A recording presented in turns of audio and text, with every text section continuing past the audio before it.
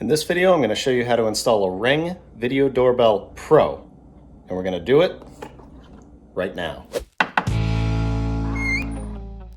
So if you have an existing doorbell that's hardwired to something like this video is going to work for you. I already have a Ring doorbell. It's the first generation, and I actually made a video on how to install that one. I'll leave that in the description if that's the one that you need to install. But I decided to upgrade to the Pro because it has a couple new features, and the main thing that I really want is the step up in picture quality and video quality. The Pro's video quality is 1080p, so I think it's going to look a lot better than the first generation. And I'm not so much comparing the two in this video. Basically, this is just a video on how to install the Pro.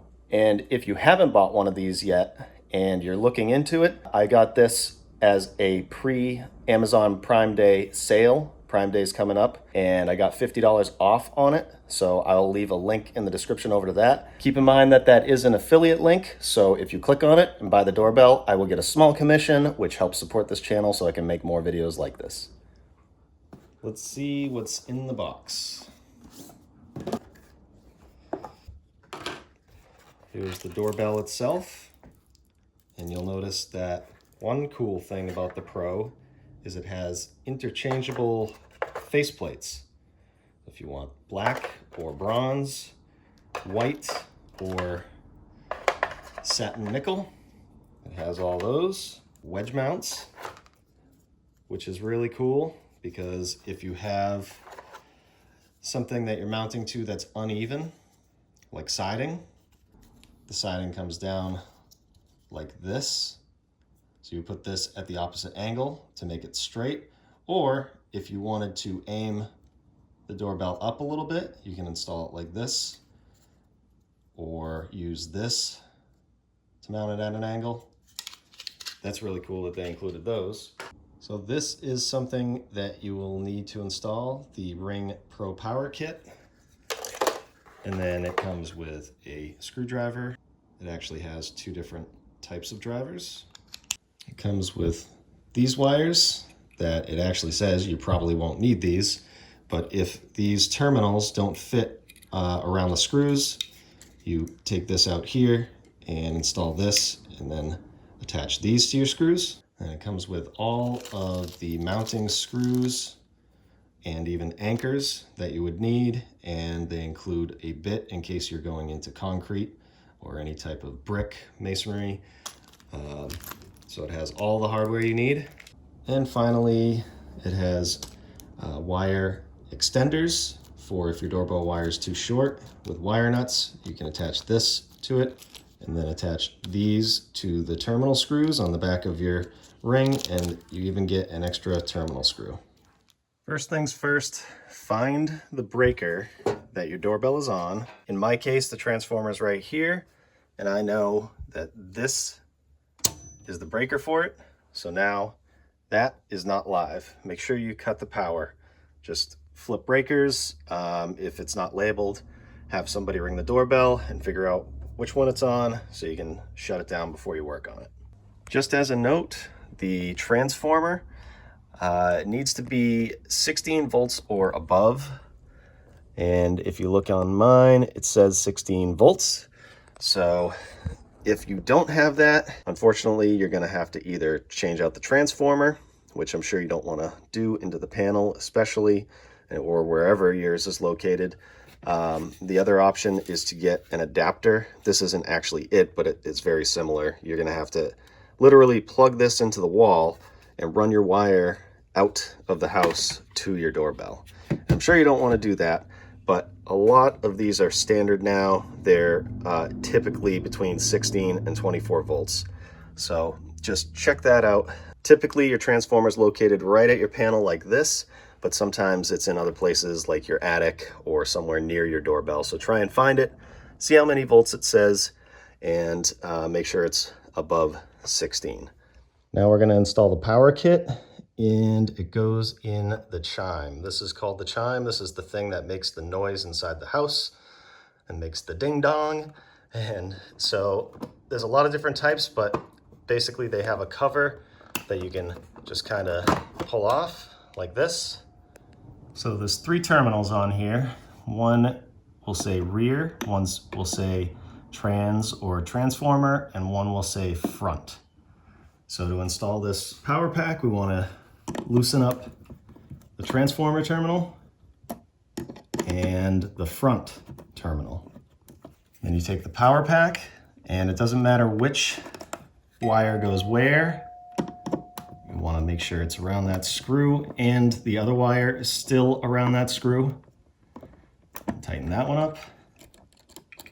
And put this wire in there. Tighten that up. And then this should be fine sitting here when I put the cover back on. Like that. Now we're going to install the doorbell. So I want to kind of take the faceplate and push on the doorbell carefully. Like that. Comes off pretty easy. It'll come off easier with this plastic gun. Remove that. Okay, now we can remove your doorbell. I happen to have a ring, like I said, but if you have one that looks like this, it's just a screw, and then you'll have 2 wires, one here, one here. You take those off, get rid of that doorbell. I'm gonna remove this. Got some safety screws on the bottom, and then that slides off. Now you can remove the wires here, and it doesn't matter black or white where they go. Just loosen those screws. Make sure those wires are loose. And then in my case, I'm going to remove these screws to remove the plate.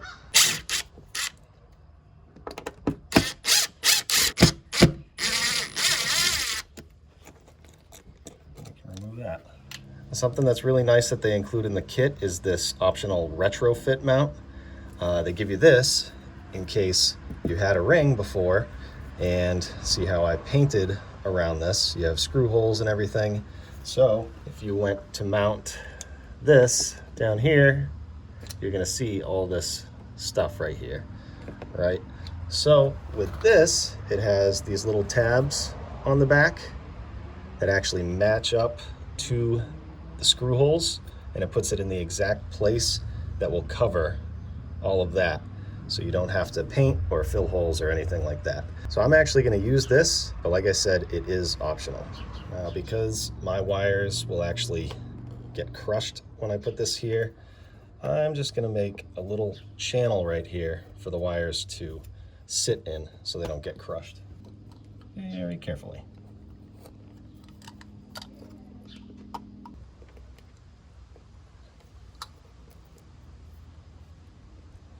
That should be good. So I'm going to take my plate, make sure those wires are in my channel. And by the way, if you have to, you can break these tabs off to put this wherever you want. But I'm just going to put it right back in the same place. Good. And you can see it actually has a little bubble right here, so you can tell if it's level. Now, before you mount the actual doorbell, this is where you would want to put your optional spacers on first. And you can actually stack these.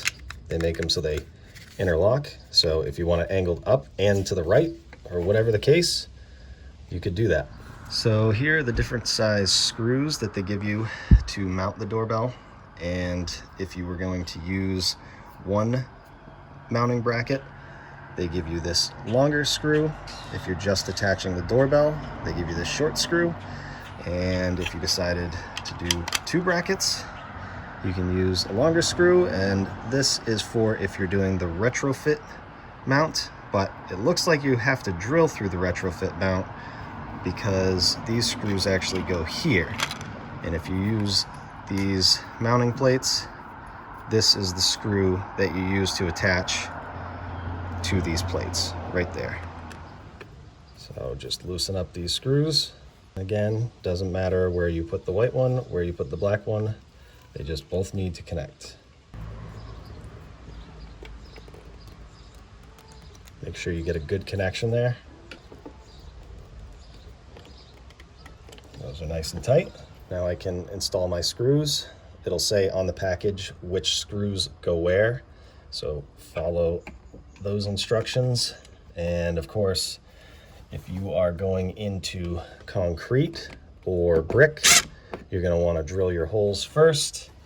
And with that bit that they give you and a hammer drill, and then hammer those anchors in here. Then put any brackets, any mounting brackets that you're using, like this retrofit mount or the angling brackets, and then put the doorbell on and then screw these in. Of course, I'm going into wood, so I have it easy, and I can just tighten these up by hand. And pick a faceplate color. I'm going to use this one because it's the same kind of look that I'm going for. It just pops right on just like that. If you wanted to change it, there's a security screw on the bottom, and you just carefully grab the sides, and you kind of got to push the sides of the faceplate out, and it pops out. But I'm going to snap that one back into place. And for security reasons, on the bottom here, they have you put a screw in so that you can't remove this faceplate to get to those screws. So make sure you install that screw. So now here's the tiny little security screw. That's what this bit is for. You can install that.